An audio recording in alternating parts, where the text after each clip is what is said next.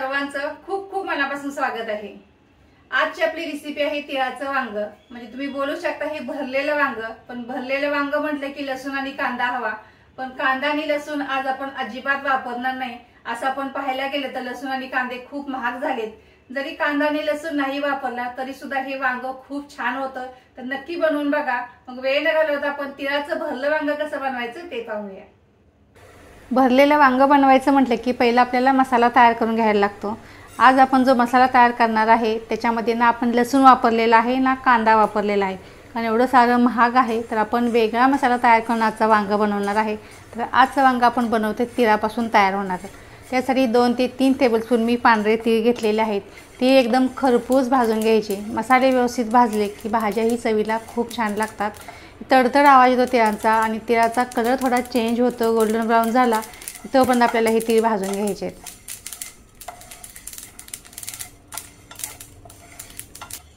तीळ आता व्यवस्थित भाजून झालेले आहे, कलर सुद्धा आता चेंज झालेला आहे। एका प्लेटमध्ये काढून घेऊया।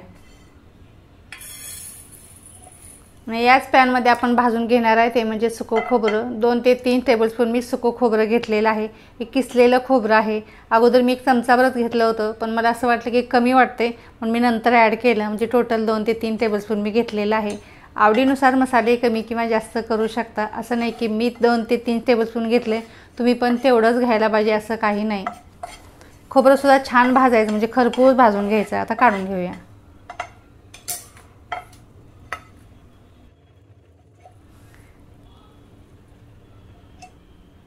1 चमचा धने घेतलेले आहेत। धने पण आपण खरपूस भाजून घेऊया। अगर तुमच्याकडे धना पावडर किंवा जिरा पावडर रेडीमेड असेल तर तीही वापरू शकता। आपण भाजून घेतलं म्हणजे ताजा ताजा मसाला वापरला की कोणत्याही भाज्या छानच होतात। आता धने थोडेसे भाजून झाले, त्याच्यामध्ये आपण टाकणार आहे ती म्हणजे कढीपत्त्याची पानं। तर ती सुद्धा मी भाजून घेणार आहे, कारण ह्या मसाल्यामध्ये खूप छान चव येते त्या कढीपत्त्यांची। 6 ते 7 पानं घेतलेले आहेत मी। थोडंसं तेल टाकू आणि भाजून घेऊ।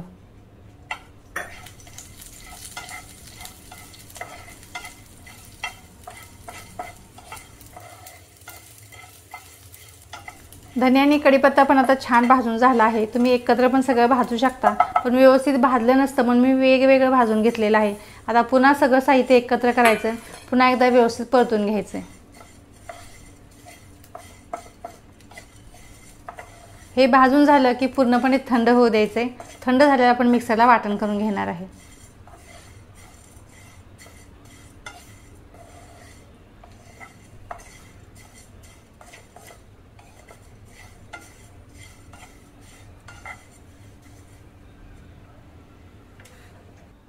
मसाला आता पूर्णपणे थंड झाला, मी प्लेटमध्ये काढून घेतला होता। आता मिक्सरच्या भांड्यात टाकून घेऊया।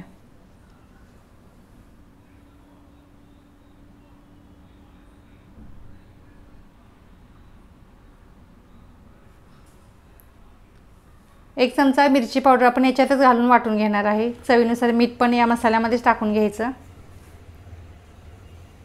आता झाकण लावूया आणि वाटून करून घेऊया।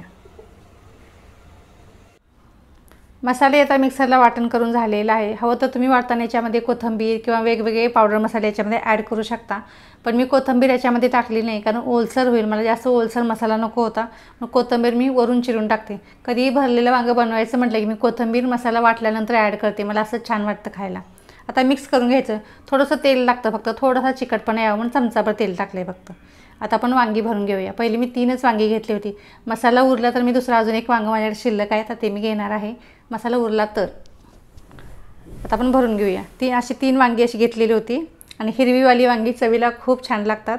अशी कापून घ्यायची मधून। आधी आतमध्ये काय किडलेलं वगैरे आहे का ते पण बघायचं आणि पाण्यामध्ये टाकून ठेवायचं, म्हणजे वांग काळं पडत नाही। आता भरून घेऊया मसाला। या मसाला मी थोडासा गरम मसाला पण ॲड केलेला आहे, त्याला व्हिडिओमध्ये आलं नाही आहे, तर तुम्ही थोडासा गरम मसाला पण ह्या मसाल्यामध्ये ॲड करा। थोडीशी जिरा पावडर पण याच्यामध्ये ॲड करू शकता।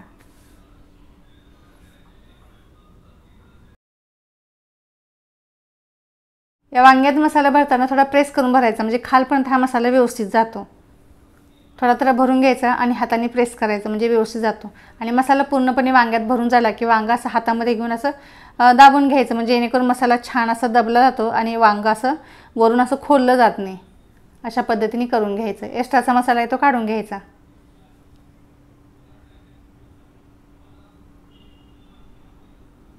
बघा मस्त वाटतं ना। आता बाकीचाही उरलेला मसाला आपण वांग्यामध्ये भरून घेऊया। मला जेव्हा पण भरलेली वांगी बनवायची असतील ना तेव्हा मी आवर्जून अशी हिरवी वांगी घेऊन येते। मला हे वांगी खायला खूप आवडतात भरलेलं वांग बनवायचं असेल तर।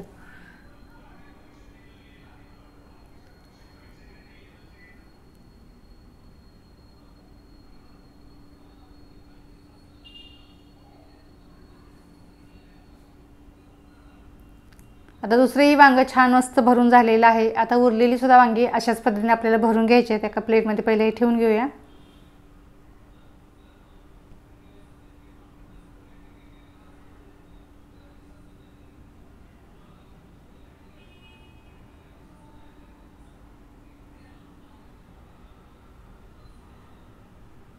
आता बाकीची उरलेली सुद्धा वांगी होती तर मी भरून घेतली। पहिले आपण 3च घेतली होती पण मसाला थोडा उरला होता म्हणून चौथं वांग सुद्धा मी भरून घेतलेलं आहे। आता काय करूया आपण वांगी कशी बनवायची ती बघूया। आता भरून तयार झालेली आहेत। गॅसवरती कढई ठेवलेली आहे। त्याच्यामध्ये आपण तेल घ्यायचं आहे। 3 ते 4 टेबलस्पून मी तेल घेतलेलं आहे। थोडं तेल पहिलं कमीच टाकायचं, लागलं तर वरून साईडने तेल टाकू शकता। आता तेल आहे ना चांगलं कडकडीत गरम करायचं आणि एक एक वांग तेलामध्ये सोडायचं। पण एकदा तेल तापलं की गॅस एकदम लो ठेवायचा आणि ही वांगी याच्यामध्ये तेलामध्ये टाकून स्लो गॅसवरतीच आपल्याला ही वांगी शिजवून घ्यायची म्हणजे जळणार नाही आणि वांग आपलं कच्चंसुद्धा राहणार नाही। मध्ये मध्ये चेक पण करायचं वांग जेणेकरून जळू नये किंवा कच्चंही राहू नये, सगळ्या बाजूनी व्यवस्थित शिजलं असावं। मधून एकदा झाकण काढून घेतलं आणि थोडीशी पलटी करून घेतली म्हणजे असं करून मध्ये मध्ये सगळ्या बाजूनी वांगी शिजवून घ्यायचे। आता पलटी करू। गॅस मात्र आपल्याला लो ठेवायचं आहे। लो गॅसवरती ही वांगी छान शिजली जातात। अगदी आतपर्यंत वांग छान एकदम गिर शिजलं तरच हे वांग खायला छान लागतं। मग तुम्ही कितीही मसाला भरा तर वांग शिजलं नाही तर चवीला अजिबात चांगलं लागणार नाही। आता झाकण ठेवूया आणि शिजवून घेऊया।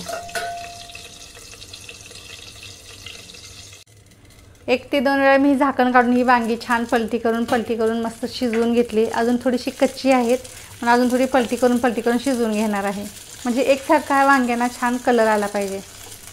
आता पलटी करू आणि आपण ह्या उरलेलं जे तेल आहे वांग्याच्या खालती तर तिथे आपण एक सुक्या लाल मिरच्या भाजून घेणार आहे। कारण छान वाटतात ह्या वांग्याबरोबर सर्व करताना वगैरे मस्त दिसतात, खायलाही छान वाटतात। आवडत असेल खा किंवा साईडला काढा।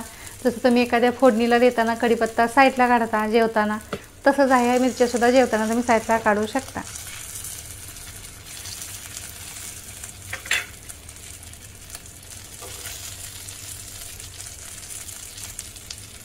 कोणतीही भाजी बघितली दिसायला छान वाटते की खाण्याची इच्छा होती, तसंच आहे कोणत्याही भाजीचं।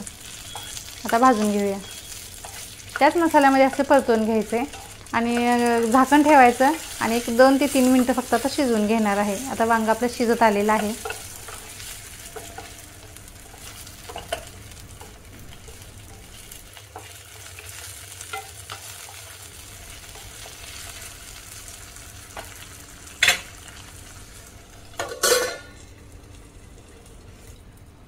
आता पुन्हा झाकण ठेवून आपण हे वांग मस्त शिजवून घेतलेलं आहे। मिरच्यासुद्धा मस्त ह्या मसाल्यामध्ये भाजून झाल्यात। आता मी गॅस बंद केलेला आहे। तर वांग बघूनच कळतं की वांग हे शिजलेलं आहे। बघा छान मस्त असं दबलं की समजायचं की वांग शिजलेलं आहे। तुम्ही हे वांग चपातीबरोबर भाकरीबरोबर खाऊ शकता किंवा डाळ भात आणि हे वांग तोंडी लावायला सुद्धा घेऊ शकता। मस्त हे वांग तयार झाले तर नक्की अशा पद्धतीचं वांग बनवून बघा। अगदी प्रवासामध्ये सुद्धा ही वांग्याची रेसिपी तुम्ही घेऊन जाऊ शकता। अगदी जैन रेसिपी आहे। तर कांदा आणि लसूण महाग झाला तर अशा पद्धतीचं वांग तुम्ही बनवून बघा। रेसिपी आवडली तर नक्की लाईक आणि शेअर करायला अजिबात विसरू नका। शेवटपर्यंत व्हिडिओ बघितला त्याबद्दल तुमचं सर्वांचं नेहमीप्रमाणे माझ्या व्ह्यूअरचं खूप खूप धन्यवाद।